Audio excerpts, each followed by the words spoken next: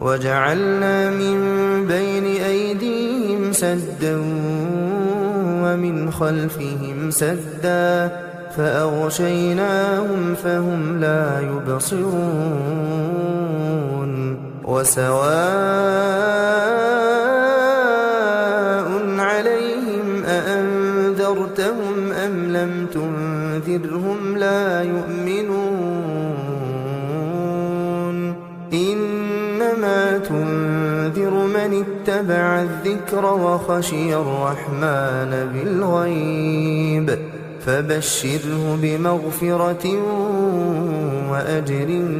كريم إنا نحن نحيي الموتى ونكتب ما قدموا وآثارهم وكل شيء أحصيناه في